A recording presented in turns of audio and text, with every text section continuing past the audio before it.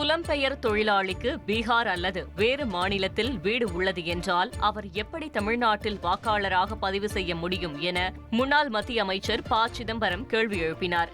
இதுகுறித்து அவர் வெளியிட்டுள்ள எக்ஸ் பதிவில், பீகாரின் வாக்காளர் சிறப்பு தீவிர திருத்தம் திகைப்பூட்டுவதாக மாறி வருவதாக தெரிவித்துள்ளார். பீகாரில் 65 லட்சம் வாக்காளர்கள் வாக்குரிமையை இழக்கும் அபாயத்தில் உள்ள நிலையில் தமிழ்நாட்டில் 6.5 லட்சம் பேரை வாக்காளர்களாக சேர்ப்பது பற்றிய தகவல்கள் ஆபத்தானவை மற்றும் சட்டவிரோதமானது என்று குறிப்பிட்டுள்ளார்.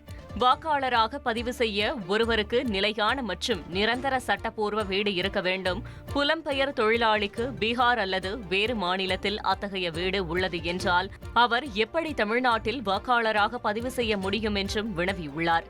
புலம்பெயர் தொழிலாளியின் குடும்பம் பீகாரில் நிரந்தர வீடு வைத்திருந்து பீகாரில் வசிக்கிறது என்றால் புலம்பெயர்ந்த தொழிலாளி தமிழ்நாட்டிற்கு நிரந்தரமாக குடியேறியவர் என்று எப்படி கருத முடியும் என்றும் கேள்வி எழுப்பியுள்ளார். இந்திய தேர்தல் ஆணையம் தனது அதிகாரத்தின் மூலம் துஷ்பிரயோகம் செய்து மாநிலங்களின் தேர்தல் தன்மை மற்றும் முறைகளை மாற்ற முயற்சிப்பதாகவும் இதனை அரசியல் ரீதியாகவும் சட்ட ரீதியாகவும் எதிர்த்து போராட வேண்டும் என்றும் ப. சிதம்பரம் குறிப்பிட்டுள்ளார்.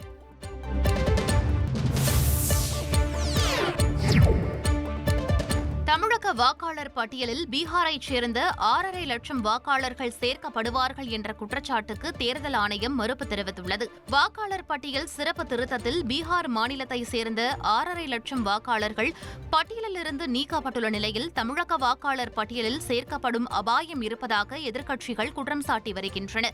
இதுகுறித்து தனது சமூக வலைதள பக்கத்தில் தெரிவித்திருந்த முன்னாள் மத்திய அமைச்சர் ப. சிதம்பரம், தேர்தல் ஆணையத்தின் நடவடிக்கையை அதிகார துஷ்பிரயோகம் மற்றும் சட்டவிரோதமானது என்று தெரிவித்தார். இந்த பதிவை மேற்கோள் காட்டி விளக்கமளித்துள்ள தேர்தல் ஆணையத்தின் உண்மை கண்டறியும் குழு, இந்த கூற்று தவறானது மட்டுமின்றி அடிப்படை ஆதாரமற்றது என தெரிவித்துள்ளது. தேசிய அளவில் தேர்தல் ஆணையம் நடத்தும் வாக்காளர் பட்டியல் சிறப்பு திருத்த நடவடிக்கை குறித்து அரசியல் தலைவர்கள் தவறான தகவல்களை பரப்ப வேண்டிய அவசியமில்லை. பீகாரிலிருந்து நிரந்தரமாக வேறு மாநிலங்களுக்கு இடம்பெயர்ந்து அந்த மாநிலங்களில் வழக்கமாக வசிக்கும் வாக்காளர்களை பொறுத்தவரை சிறப்பு தீவிர திருத்தம் SIR நடத்தப்பட்ட பின்னரே சரியான புள்ளி விவரங்களை அறிய முடியும் என்றும் குறிப்பிட்டுள்ளது. தமிழ்நாட்டில் வாக்காளர் பட்டியல் சிறப்பு நடவடிக்கை இன்னும் வெளியிடப்படவில்லை. எனவே பீகாரில் SIR பயிற்சியை தமிழகத்துடன் இணைப்பது அபத்தமானது. SIR தொடர்பாக இதுபோன்ற தவறான அறிக்கைகளை பரப்புவதை தவிர்க்க வேண்டும் எனவும் தேர்தல் ஆணையம் தெரிவித்துள்ளது. இனி செல்லும் இடமெல்லாம் செய்தி. தந்தி டிவியின் வாட்ஸ்அப் சேனலை ஃபாலோ பண்ணினா செல்ல இருக்கும் இடமெல்லாம் செய்தி.